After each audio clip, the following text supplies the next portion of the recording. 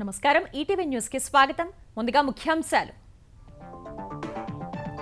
తుక్కుగూడ సభలో అమిత్ షా ఆరోపణలపై కేటీఆర్ మండిపాటు తెలంగాణకు పనికొచ్చే ఒక్క మాట చెప్పలేదని విమర్శ అబద్ధాలతో ప్రజల్ని మభ్యపెట్టలేరని వ్యాఖ్య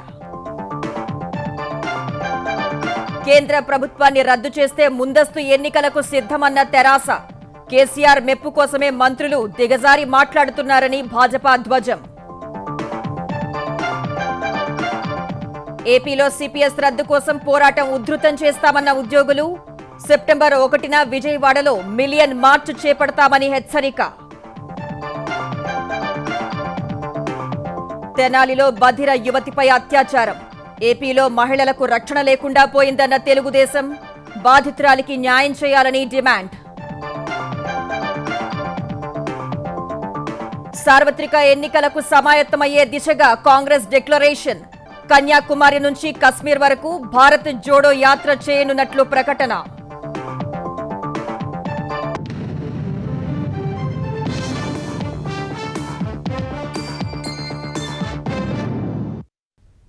తెలంగాణలో అబద్ధాలు ప్రచారం చేసి ప్రజల్ని తప్పుదో పట్టించేందుకు భాజపా నేతలు తీవ్ర ప్రయత్నాలు చేస్తున్నారని తెరాస కార్యనిర్వాహక అధ్యక్షుడు మంత్రి కేటీఆర్ ధ్వజమెత్తారు ప్రజా సంగ్రామ యాత్ర ముగింపు సభలో అమిత్ షా సహా భాజపా నేతలు చేసిన ఆరోపణలను కేటీఆర్ తిప్పికొట్టారు నీళ్లు నిధులు నియామకాలపై అమిత్ షా కనీస అవగాహన లేకుండా మాట్లాడారని మండిపడ్డారు తెలంగాణలో రాజకీయ పర్యాటకుల సీజన్ నడుస్తోందని ఎద్దేవా చేశారు భాజపా తెలంగాణ అధ్యక్షుడు బండి సంజయ్ పాదయాత్ర ముగింపు సభలో కేంద్ర హోంమంత్రి అమిత్ షా తెరాస సర్కారుపై చేసిన విమర్శలపై తెరాస కార్యనిర్వాహక అధ్యక్షుడు మంత్రి కేటీఆర్ తీవ్ర ఆగ్రహం వ్యక్తం చేశారు తుక్కుగూడ సభలో అమిత్ షా తుప్పు మాటలు మాట్లాడారని ఎద్దేవా చేశారు తెలంగాణకు అక్కరకు వచ్చే ఒక్క మాట మాట్లాడలేదని విమర్శించారు తెలంగాణకు నిధుల కేటాయింపుపై అమిత్ షా పచ్చి అబద్ధాలాడారని మండిపడ్డారు అందుకే ఆయన్ను అబద్ధాల బాద్షా అంటారని ధ్వజమెత్తారు తెరాసను అవినీతి ప్రభుత్వం అంటున్న అమిత్ షా కర్ణాటకలో భాజపా నేతల పరిస్థితి ఏంటని ప్రశ్నించారు 2500 కోట్లు ఇస్తే ముఖ్యమంత్రి పదవి ఇస్తామన్నారని కర్ణాటక విజయపుర ఎమ్మెల్యే చెప్పారన్న కేటీఆర్ డబ్బు కోసం పదవులు అమ్ముకునే స్థాయి భాజపాది అని మండిపడ్డారు కర్ణాటకలోని మఠాధిపతుల నుంచి 30%, కాంట్రాక్టర్ల నుంచి 40% కమిషన్లు భాజపా నేతలు తీసుకుంటున్నారని ఆరోపించారు కర్ణాటక మంత్రి వేధింపులు తట్టుకోలేక ఓ కాంట్రాక్టర్ ఆత్మహత్య చేసుకున్న విషయాన్ని కేటీఆర్ గుర్తు చేశారు ఈ 8 ఏళ్లలో భాజపా తెలంగాణకు ఏం చేసిందో చెప్పాలని అడిగితే నిజాం గురించి మాట్లాడారని మండిపడ్డారు మిగతా ప్రధానులు 60 ఏళ్లలో చేసిన అప్పులు ప్రధాని మోదీ 8 ఏళ్లలోనే చేశారని మండిపడ్డారు మేము అప్పు చేస్తే కాళేశ్వరం లాంటి ప్రాజెక్టు కట్టి రైతుల వెతలు తీర్చినాం మరి నువ్వేం చేస్తున్నావు అప్పు ఒక దిక్కేమో ఈ దేశ ప్రజలను నడ్డి విరుస్తూ పెట్రోల్ మీద డీజిల్ మీద ఇప్పటికి 26.5 లక్షల కోట్లు 8 ఏళ్లలో వసూలు చేస్తారు ఇంకో దిక్కేమో బడాబాబుల అప్పులు 11,68,000 కోట్ల అప్పులు మాఫీ చేస్తారు ఇది మీ బతుకు ఇది ఒక నాలాయక్ ప్రధానమంత్రి ఉంటే ఒక అసమర్థ దద్దమ్మ ప్రధానమంత్రి ఉంటే ఇది జరుగుతుంది ఇక్కడ స్టీరింగ్ ఓవైసీ చేతులు ఉందంట మా స్టీరింగ్ బ్రహ్మాండంగా మా చేతుల్లోనే ఉంది కానీ మీ స్టీరింగే కార్పొరేట్ల చేతిలో నడుస్తున్నది నీ ప్రభుత్వం నీ ఎన్డీఏ ప్రభుత్వం దో గుజరాతీ బేజరే దో గుజరాతీ ఖరీదరే మీరు విదేశీ బొగ్గు ఖచ్చితంగా దిగుమతి చేసుకోవాలనే కండిషన్ ఎవరి కోసం పెడతారో పవన్ హన్స్ లాంటి హెలికాప్టర్ సంస్థను బాబాల చేతుల్లో ఎట్లా పెడతారో ఇవన్నీ దేశం ముందున్నాయి 8 ఏళ్లుగా కేంద్రం కృష్ణా జలాల వివాదాన్ని పరిష్కరించడం లేదన్న కేటీఆర్ కేంద్రం నాన్చకపోతే పాలమూరు రంగారెడ్డి ప్రాజెక్టు ఇప్పటికే పూర్తయ్యేదని స్పష్టం చేశారు ఈ ప్రాజెక్టుకు జాతీయ హోదా ఎందుకు ఇవ్వలేదో చెప్పాలని డిమాండ్ చేశారు ముస్లిం రిజర్వేషన్లు రద్దు చేస్తామన్న అమిత్ షా వ్యాఖ్యలపై కేటీఆర్ తీవ్రంగా మండిపడ్డారు ఇగో కర్ణాటకలో కేరళలో బీహార్లో మరి అక్కడ ఆల్రెడీ ముస్లిం కోటా ఉంది గుజరాత్ ముఖ్యమంత్రి ఆయన అనౌన్స్ చేసిండు Gujarat to implement 10% reservation for upper caste and minority poor గుజరాత్లు ఇయ్యొచ్చు కర్ణాటకలు ఇయ్యొచ్చు బీహార్లు ఇయ్యొచ్చు కేరళలు ఇయ్యొచ్చు తెలంగాణలో ఇయ్యొద్దు ఏం పాపం చేసింది తెలంగాణ ముస్లింలు ఈబీసీ కోటా ఎందుకు తెచ్చినావు అగ్రవర్ణాల్లో కూడా వెనుకబడ్డ వాళ్ళు ఉన్నారనే తెచ్చారు కదా మరి ఇంట్లో తప్పేముంటుంది అయితే తెలంగాణ ఇక్కడ గ్రూప్ 1 పరీక్షలో ఉర్దూ పెడుతుందంటే దాని మీద చిల్లర మల్లర మాటలు మరి యూపీఎస్సీలో పెడుతున్నావు కదా ఇక్కడ ఎందుకు పెట్టొద్దంటే నోరు మూసుకున్నారు తెల్లారి నుంచి డబుల్ ఇంజిన్ గా చెప్పుకునే భాజపా పాలిత రాష్ట్రాల్లో మంచినీరు లేదు విద్యుత్ లేదన్న కేటీఆర్ గుజరాత్లో 5 నెలల్లోని 4 సార్లు విద్యుత్ ఛార్జీలు పెంచారని విమర్శించారు తెలంగాణ మోడల్ను దేశం మొత్తం ప్రచారం చేస్తామని ప్రకటించారు తెలంగాణ మా పోటీ ఇతర రాష్ట్రాలతో కాదు Telangana is competing with the best in the world. There is only one model in India which is a real growth model, it's a real development model, that is Telangana model under KCR. ఈ model దేశం మొత్తం ప్రవేశపెడతాం. గోల్మాల్ గుజరాత్ మోడల్ని ఎండగడతాం. Golden Telangana మోడల్ని దేశం ముందు పెడతాం. మా ముఖ్యమంత్రి గారు డెఫినెట్గా ఈ దేశాన్ని జాగృతం చేసే ప్రయత్నం చేస్తారు. ఇప్పుడు ముందస్తుకు పోవాల్సిన కర్మ మాకేముంది బ్రదర్? వాళ్ళకి అంత దమ్ముంటే పార్లమెంట్ రద్దు చేసుకోమని వెంటనే రమ్మని మేము ఎన్నికలకు మేము కూడా రెడీగా ఉన్నాం. వాళ్ళ సింగిల్ ఇంజన్ను ఇంటికి పంపించడానికి మోడీని వెంటనే చెత్తబుట్టలో వేయడానికి దేశ ప్రజలు రెడీగా ఉన్నారు. రాష్ట్రంలో ముఖ్యమంత్రి గారు ఇప్పటికే చెప్పినారు, టైం ప్రకారం ఎన్నికలు జరుగుతాయని చెప్పినాం, దాని ప్రకారమే పోతాం. అంతకుముందు పలువురు మంత్రులు, తెరాస నేతలు సైతం అమిత్ షాపై తీవ్ర విమర్శలు గుప్పించారు. తెలంగాణ ప్రజల్ని మోసం చేసేందుకు అమిత్ షా పచ్చి అబద్ధాలు మాట్లాడారని తెలంగాణ ఆర్థిక మంత్రి హరీష్ రావు మండిపడ్డారు. అమిత్ షా అబద్ధాల షా అంటూ తీవ్ర విమర్శలు చేశారు. తెలంగాణలోని అన్ని పథకాలకు కేంద్రం నిధులు ఇస్తోందని చెప్పడం హాస్యాస్పదమన్నారు. కేసీఆర్ ఢిల్లీ వరకు వస్తారు అనే భయంతోనే భాజపా నేతలు తెలంగాణపై విషం చిమ్ముతున్నారని మరో మంత్రి జగదీష్ రెడ్డి విమర్శించారు. దేశమంతా చీకట్లో ఉంటే తెలంగాణ మాత్రమే విద్యుత్ వెలుగులో ఉండటాన్ని ఓర్వలేకపోతున్నారని ఆరోపించారు. కేంద్ర ప్రభుత్వాన్ని రద్దు చేస్తే వెంటనే దేశవ్యాప్త ఎన్నికలకు తెరాస సిద్ధమని మంత్రి తలసాని శ్రీనివాస్ యాదవ్ సవాల్ విసిరారు. ఎవరు గెలుస్తారో ప్రజలే నిర్ణయిస్తారని తలసాని వ్యాఖ్యానించారు. గుజరాత్లో 2 పడక గదుల ఇళ్లు ఎందుకు నిర్మించలేదని మంత్రి ప్రశాంత్ రెడ్డి ప్రశ్నించారు. తెరాస ఎన్నికల హామీల్లో 99% నెరవేర్చిందని మంత్రి ఎర్రబెల్లి తెలిపారు. గ్యాస్, పెట్రోల్, నిత్యావసరాల ధరలు పెంచి భాజపా పేదల నడ్డి విరుస్తోందని విమర్శించారు. తెలంగాణ మంత్రులు వారి అధినేత మెప్పు కోసం దిగజారి మాట్లాడుతున్నారని భాజపా ఓబీసీ మోర్చా జాతీయ అధ్యక్షుడు లక్ష్మణ్ ధ్వజమెత్తారు. మంత్రి హరీష్ రావు ఓ అబద్ధాల పుట్టగా పేర్కొన్నారు. తెరాస మజ్లిస్ చెప్పు చేతల్లో పనిచేస్తోందని ఆరోపించారు. అమిత్ షా అంటే తెరాస నేతలకు ఎందుకు అంత అసహనమని ప్రశ్నించారు. అబద్ధాల పుట్ట మీరై పోటీపడి వాళ్ళ విడుచుకుపడుతున్నారు. ఒకవైపేమో అధినాయకుని మెప్పు కోసం, రెండోది టీఆర్ఎస్ పార్టీకి పునాదులు కదులుతా ఉన్నాయి. ఎంత ఎక్కువగా విమర్శిస్తే, ఎంత ఎక్కువగా పెద్ద నాయకులను చుడితే గొప్ప వాళ్ళం అయిపోవాలని చెప్పి మంత్రులు, తెలంగాణ ద్రోహులు కూడా మాట్లాడుతున్నారు తెలంగాణ గురించి. ఆ పుట్టి మునిగిపోతుందంటే, బీజేపీ పడవ తేల్తా ఉన్నదంటే ముందు దస్తేసేది మళ్ళీ మీరే. తుకుగూడ సభలో కేంద్ర హోంమంత్రి అమిత్ షా మాట్లాడిన మాటలు దేశంలో చిచ్చు పెట్టేలా ఉన్నాయని కాంగ్రెస్ పార్టీ ఆరోపించింది. తెలంగాణలో అధికారంలోకి వస్తే మైనార్టీ రిజర్వేషన్లు రద్దు చేస్తామని ప్రకటించడం రాజ్యాంగ విరుద్ధమని టీపీసీసీ ఉపాధ్యక్షుడు నిరంజన్ విమర్శించారు. యూపీలో అధికారం కైవసం చేసుకునేందుకు పరోక్షంగా సహకరించిన మజ్లిస్కు లబ్ధి చేకూర్చేందుకే తెలంగాణ పర్యటనలో అమిత్ షా మైనార్టీ రిజర్వేషన్ల రద్దు అంశం ప్రస్తావించారని మండిపడ్డారు. కేంద్ర హోంమంత్రిగా కొనసాగే నైతికత అమిత్ షాకు లేదన్న ఆయన తక్షణమే తన మంత్రి పదవికి రాజీనామా చేయాలని డిమాండ్ చేశారు. ఆయన మైనార్టీల యొక్క రిజర్వేషన్స్ రద్దు చేసి అది ఎస్సీ ఎస్టీలకు రిజర్వేషన్లు పెంచుతామన్న మాట మాట్లాడటం జరిగింది. కానీ బీజేపీ ప్రభుత్వం ఏర్పడినప్పటి నుంచే బీసీ, ఎస్సీ, ఎస్టీ మైనార్టీల్లో కూడా క్రమేణా రిజర్వేషన్స్ ను రద్దు చేసే ప్రయత్నంలో బీజేపీ ఉంది అనే అనుమానాలనేది ప్రజల్లో చెలరేగుతున్నటువంటి విషయం మనకందరికి తెలుసు. మైనార్టీల యొక్క రిజర్వేషన్ రద్దు చేస్తామనే మాట అదొక మొదటి మెట్. ఆ తర్వాత బీసీ రిజర్వేషన్స్ ను, ఎస్సీ రిజర్వేషన్స్ ను, ఎస్టీ రిజర్వేషన్స్ కూడా వాళ్ళు పూర్తిగా ఎత్తివేసే ప్రయత్నం చేస్తారు. ఆంధ్రప్రదేశ్లో కాంట్రిబ్యూటరీ పెన్షన్ స్కీమ్ రద్దే లక్ష్యంగా సెప్టెంబర్ 1న మిలియన్ మార్చ్ నిర్వహించాలని ఉద్యోగ సంఘాలు నిర్ణయించాయి. ఏపీసీపీఎస్ ఈ ఆధ్వర్యంలో పోరాటం చేస్తున్న ఉద్యోగులు విజయవాడ ధర్నా చౌక్లో నిరసన చేపట్టారు. సిపిఎస్ రద్దు చేయకపోవటాన్ని నిరసిస్తూ దగాకోర్ మోసమంటూ దీక్షాస్థలిలో బ్యానర్లు ప్రదర్శించారు. సిపిఎస్ విధానాన్ని రద్దు చేసిన ఛత్తీస్గఢ్, రాజస్థాన్ సీఎంలను ప్రశంసిస్తూ ఫ్లెక్సీలు ఏర్పాటు చేశారు. నిరసన దీక్షకు పలు జిల్లాల నుంచి ఉద్యోగులు తరలిరాగా ఏపీసీపీఎస్ యుఎస్ నేతలు, ఏపీ ఎన్జీఓ, సచివాలయంలోని పలు విభాగాల ఉద్యోగ సంఘాల నేతలు మద్దతిచ్చారు. ఆగస్టు 30 లోపు సిపిఎస్ రద్దు చేయాలని డిమాండ్ చేశారు. లేకుంటే సెప్టెంబర్ 1న విజయవాడలో 4 లక్షల మంది ఉద్యోగులతో మిలియన్ మార్చ్ నిర్వహించాలని తీర్మానించారు. ఇకపై కలిసి ఉద్యమం చేయాలని సిపిఎస్ పై పోరాడుతోన్న 2 ప్రధాన ఉద్యోగ సంఘాలు ఏపీసీపీఎస్ ఈఏ, ఏపీసీపీఎస్ యుఎస్ నిర్ణయించాయి. ముఖ్యమంత్రి జగన్ తమను తీవ్రంగా మోసం చేశారని, జీపీఎస్ పేరుతో మరోమారు ఉద్యోగులను మోసం చేసేందుకు యత్నిస్తున్నారని ఉద్యోగ సంఘాల నేతలు ధ్వజమెత్తారు. సిపిఎస్ రద్దు చేస్తామన్నారు, ఓపీఎస్ ఇస్తామంటేనే కదా మిమ్మల్ని నమ్మాం. హామీ ఇస్తే హామీ నిలబెట్టుకోలేని నాయకుడిని వెనకాల రీకాల్ చేయాలి అని చెప్పేసి మీరు చెప్పారు. విశ్వసనీయతను తీసుకొస్తా ఉన్నారు రాజకీయాల్లోకి. ఎక్కడ ఉంది విశ్వసనీయత? మమ్మల్ని నమ్మించి మమ్మల్ని నట్టేయడం ఉండించే ప్రయత్నం చేస్తున్నారు. ఖచ్చితంగా దీనికి ప్రతిఫలం అయితే అనిపించి తీరుతారు ముఖ్యమంత్రి గారు. మీరు అనుకుంటా ఉన్నారు పీఆర్సీలో ఏదో చేసాం జిమ్మిక్కులు, సిపిఎస్లో కూడా చేస్తాం అనుకుంటున్నారేమో. నిన్నగా మన పత్రికల్లో వచ్చింది ఎన్పిఎస్లో స్టేట్ గవర్నమెంట్ నుంచి ఎన్ని వేల కోట్లు అయితే ఉన్నాయో అన్ని వేల కోట్లు తనఖాగా పెట్టి రుణం తెచ్చుకునే అవకాశం ఇస్తాం స్టేట్ గవర్నమెంట్కి అని చెప్పేసి సెంట్రల్ గవర్నమెంట్ ప్రకటిస్తూ ఉంది. అంటే ఏంటి, అక్కడ మా పెన్షన్ డబ్బుల్ని కార్పొరేషన్లకు ధరాదత్తం చేసి దానికి ప్రతిఫలంగా మళ్ళీ అప్పు తెచ్చుకోవటామని చెప్పేసి రాష్ట్ర ప్రభుత్వం చెబుతా ఉన్నది. ఇది చాలా దుర్మార్గమైన విషయం. ఇప్పుడు గ్యారంటీడ్ పెన్షన్ స్కీమ్ ఇస్తా ఉంటున్నారు. గ్యారంటీడ్ పెన్షన్ స్కీమ్లో లేనిది గ్యారంటీ.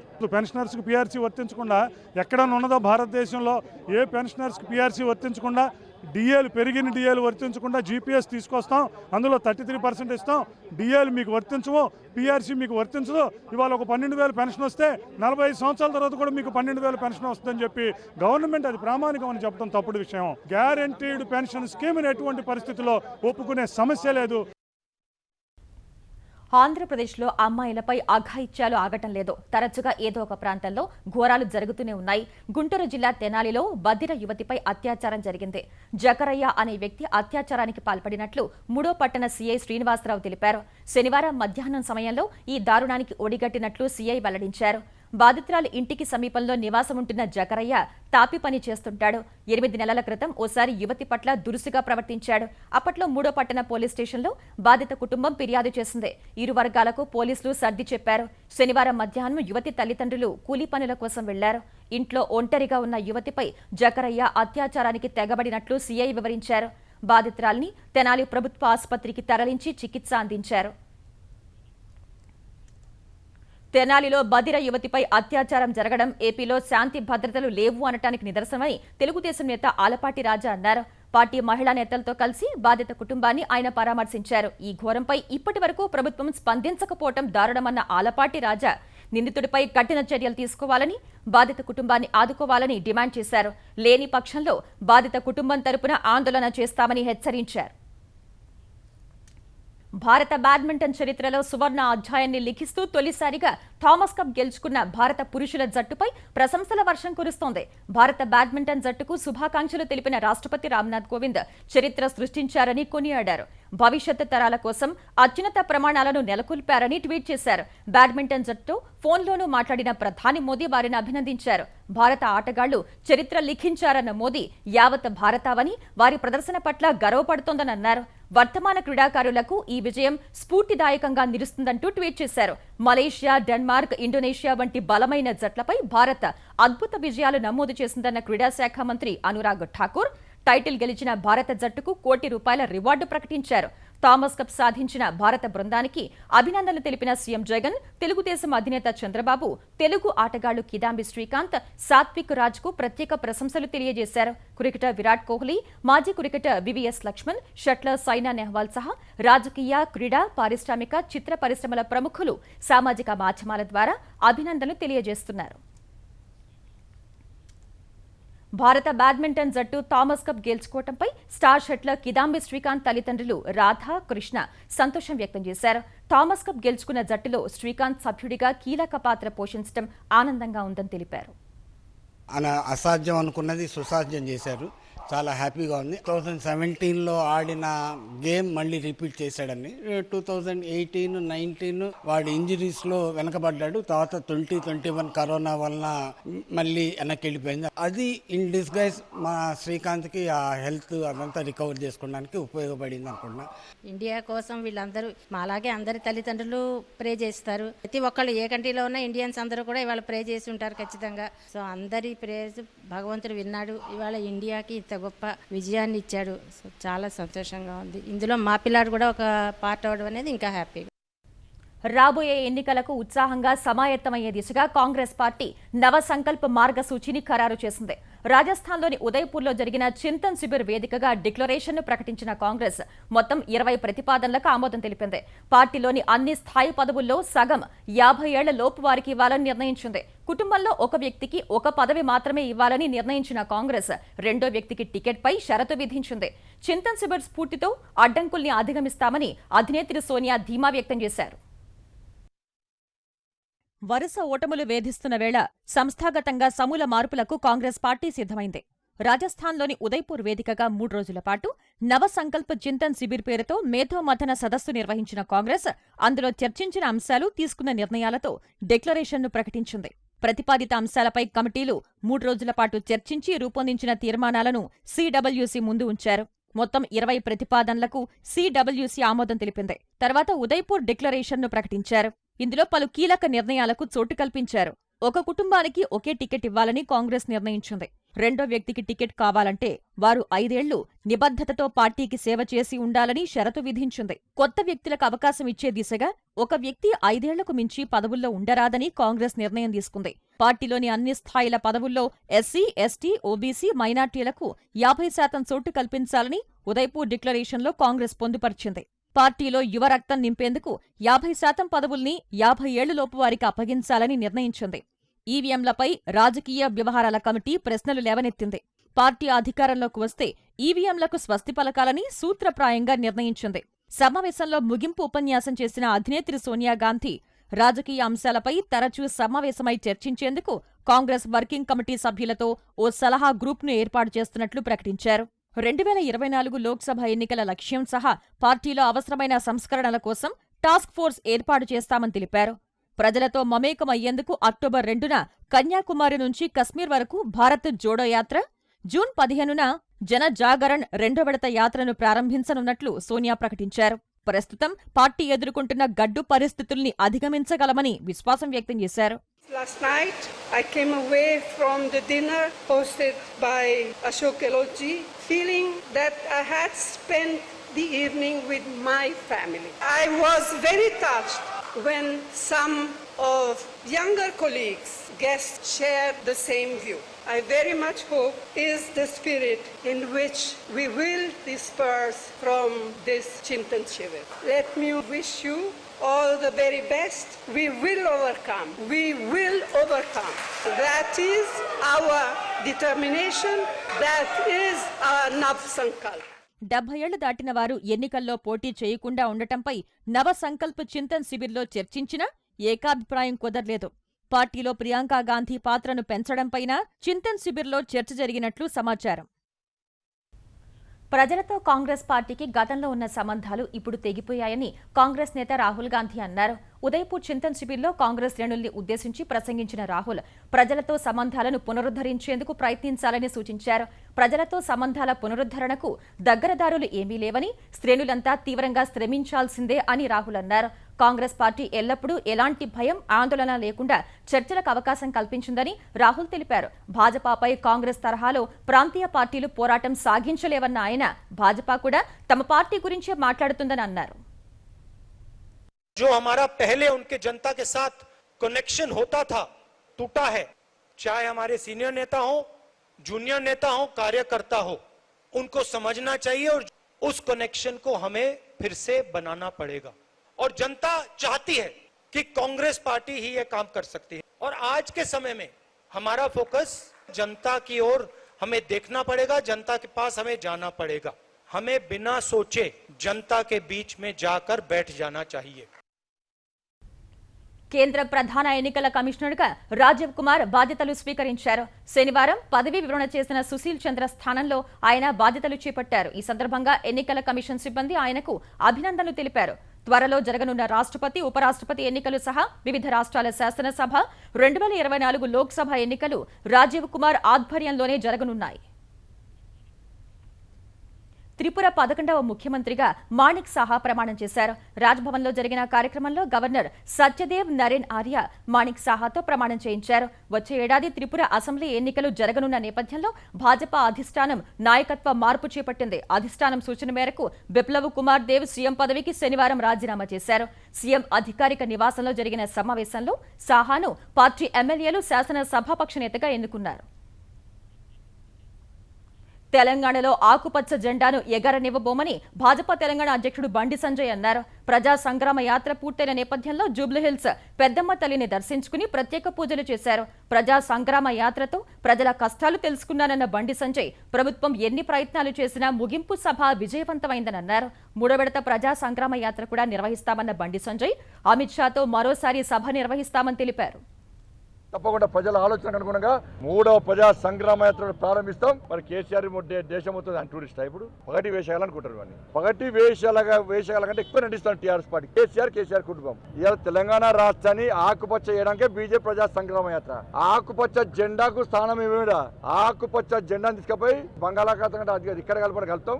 ఆకుపచ్చ జెండాలను తెలంగాణ రాష్ట్రంలో ఎగరనీయము. అమిత్ షా గారు మళ్ళీ వస్తున్నారు. మళ్ళీ బహిరంగ సభ ఏర్పాటు చేస్తాం. అందరికీ అమిత్ షా గారికి మార్గదర్శనం ఇప్పించే ప్రయత్నం చేస్తాం. ఇసుకను అడ్డుపెట్టుకుని వేల కోట్ల రూపాయల ప్రజాధనం లూటీ చేయడానికి జగన్ ఇసుకాసుర అవతారం ఎత్తారని తెలుగుదేశం పార్టీ ఆరోపించింది. చంద్రబాబు ఇసుకను ఉచితంగా అందిస్తే జగన్ ఉచిత ఇసుక విధానాన్ని రద్దు చేసి వేల కోట్ల రూపాయల దోపిడీకి పాల్పడ్డారని తెలుగుదేశం అధికార ప్రతినిధి కొమారెడ్డి పట్టాభిరామ్ ఆరోపించారు. జేపీ సంస్థ పేరుకే పనులు చేపడుతోందన్న ఆయన చక్రం తిప్పేదంతా చెన్నై శేఖర్ రెడ్డికి చెందిన టర్న్కీ ఎంటర్ప్రైజెస్ అని విమర్శించారు. ఏపీలో ఏ ఇసుక రీచ్కు వెళ్లినా టర్న్కీ ప్రతినిధులు కనపడతారని ఆరోపించారు. టర్నకీ సంస్థ ఎవరిదో మాకు అనవసరం అంటా ఉన్నారు కదా. టర్నకీ సంస్థ మీకు అన్ని రకాలుగా ఇసుక దోపిడీలో సహకరిస్తున్నటువంటి శేఖర్ రెడ్డికి చెందినటువంటి సంస్థ. ఇవాళ టర్నకీ సంస్థలో డైరెక్టర్ గా ఉన్నటువంటి ఈ బోసాని శ్రీనివాస్ రెడ్డి శేఖర్ రెడ్డికి వ్యాపార భాగస్వామి. దీనికి ఏమి సమాధానం చెప్తాడు ఈ పొంగనూరు పుడింగ్? కొన్ని విషయాల్లో కొంతమందికి ప్రావీణ్యం ఉంటుందంట. ఆ రకంగా ఇసుక దోపిడీలో ఆరితేరినటువంటి తమిళనాడు శాండ్ మాఫియాని తీసుకొచ్చి ప్రతిరోజు ఓన్లీ క్యాష్ రూపంలో వేల కోట్ల రూపాయలు దోచుకోవటం అనేది మామూలు విషయం కాదు సార్. 2 ఏళ్లుగా కోవిడ్ నుంచి తప్పించుకుంటూ వచ్చిన ఉత్తర కొరియా ఇప్పుడు మహమ్మారి చేతికి చిక్కి విలవిల్లాడుతోంది. తమ దేశంలో తొలి కరోనా కేసు గుర్తించినట్లు ఉత్తర కొరియా గురువారం ప్రకటించగా 3 రోజుల్లోనే ఆ సంఖ్య 8 లక్షలు దాటింది. ఇవాళ ఒక్కరోజే 2,96,180 మంది వైరస్ బారిన పడినట్లు ఉత్తర కొరియా అధికారిక మీడియా ప్రకటించింది. మొత్తం కేసుల సంఖ్య 8,20,620కి చేరినట్లు తెలిపింది. ఇవాళ మరో 15 మంది చనిపోయారని, మొత్తం మృతుల సంఖ్య 42కు చేరిందని వెల్లడించింది. వైరస్ కట్టడికి పటిష్ట చర్యలు తీసుకుంటున్నామన్న ఉత్తర కొరియా ప్రభుత్వం అధినేత కిమ్ జోంగ్ ఉన్ నిత్యం సమీక్షా సమావేశాలు నిర్వహిస్తున్నట్లు తెలిపింది. 13 లక్షల మందికి పైగా ఆరోగ్య సిబ్బందిని రంగంలోకి దింపినట్లు పేర్కొంది. ఉత్తర కొరియా జనాభా 2,60,00,000 కాగా వీరిలో చాలా మంది వ్యాక్సిన్ తీసుకోలేదని తెలుస్తోంది. ఈ నేపథ్యంలో మహమ్మారి వ్యాప్తి ప్రస్తుత స్థాయిలో కొనసాగితే చాలా మంది ప్రాణాలు కోల్పోయే ప్రమాదం ఉందని నిపుణులు ఆందోళన వ్యక్తం చేస్తున్నారు. శ్రీలంక అధ్యక్షునికి వ్యతిరేకంగా పెద్ద ఎత్తున ఆందోళనలు జరుగుతున్న వేళ కీలక పరిణామం చోటు చేసుకుంది. నెల రోజుల నుంచి కొనసాగుతున్న ఆందోళనలకు ప్రధాని రనిల్ విక్రమసింఘే మద్దతు తెలిపారు. గోటా గోహోం పేరుతో జరుగుతున్న ఆందోళనల వెనుక ఉన్న ప్రజల ఆకాంక్షను తెలుసుకునేందుకు ఒక కమిటీని ఏర్పాటు చేశారు. నిరసనకు దిగిన గ్రామాల్లోని యువకులకు రక్షణ కల్పిస్తామన్న లంక ప్రధాని భవిష్యత్ విధానాల రూపకల్పనకు వారి అభిప్రాయం తీసుకోనున్నట్లు చెప్పారు. దేశ రాజకీయాలను ప్రక్షాళన చేసేందుకు గోటా గోహోం ఉద్యమ స్ఫూర్తిని కొనసాగించాలని శ్రీలంక మీడియా ముఖాముఖిలో రనిల్ విక్రమసింఘే అన్నారు. యువత నాయకత్వ బాధ్యతలు తీసుకోవాలని ఆకాంక్షించారు. శ్రీలంక ఆర్థిక సంక్షోభంతో అల్లాడుతున్న వేళ ఆ దేశ ప్రధానిగా రనిల్ విక్రమసింఘే గురువారం బాధ్యతలు చేపట్టారు. ప్రధానమంత్రి నరేంద్ర మోదీ రేపు నేపాల్ పర్యటనకు వెళ్లనున్నారు. గౌతమ బుద్ధుడి జన్మస్థలం లుంబినిని సందర్శించడంతో పాటు అక్కడే నేపాల్ ప్రధాని షేర్ బహదూర్ దౌబాతో ద్వైపాక్షిక చర్చలు జరపనున్నారు. జల విద్యుత్తు, అభివృద్ధి, అనుసంధానం సహా బహుళ రంగాల్లో ఇరు దేశాల మధ్య ద్వైపాక్షిక సహకార విస్తరణపై చర్చించనున్నారు. బుద్ధ పూర్ణిమ సందర్భంగా బుద్ధుడి జన్మస్థలమైన లుంబినిని సందర్శించనున్న మోదీ మాయాదేవి ఆలయాన్ని దర్శించుకోవడంతో పాటు లుంబిని డెవలప్మెంట్ ట్రస్ట్ నిర్వహించే బుద్ధ జయంతి వేడుకల్లో ప్రసంగిస్తారు. బుద్ధిస్టు సాంస్కృతిక వారసత్వ కేంద్రం శంకుస్థాపన కార్యక్రమంలోనూ ప్రధాని మోదీ పాల్గొంటారు. 2014లో అధికారం చేపట్టిన తర్వాత ప్రధాని మోదీ నేపాల్లో పర్యటించడం ఇది 5వ సారి. మహిళా న్యాయవాదిపై ఓ వ్యక్తి విచక్షణారహితంగా దాడి చేసిన ఘటన కర్ణాటకలో జరిగింది. బాగల్కోట్లో మహిళా న్యాయవాదిగా పనిచేస్తున్న సంగీత షిక్కారిపై మహంతేష్ అనే వ్యక్తి అమానుషంగా దాడి చేశాడు. మహిళ కడుపుపై పదే కాల్తో తంతు ఉన్మాదిలా ప్రవర్తించాడు. అడ్డొచ్చిన ఆమె భర్త పైన నిందితుడు దాడి చేయడంతో ప్రస్తుతం వారు ఇరువురు ఆసుపత్రిలో చికిత్స పొందుతున్నారు. దాడికి సంబంధించిన దృశ్యాలు సామాజిక మాధ్యమాల్లో వైరల్ కాగా బాధితురాలి ఫిర్యాదు మేరకు నిందితుడిని పోలీసులు అదుపులోకి తీసుకున్నారు. స్థానిక భాజపా నేత అండతోనే మహంతేష్ తమపై దాడి చేసినట్లు మహిళా న్యాయవాది ఆరోపించారు.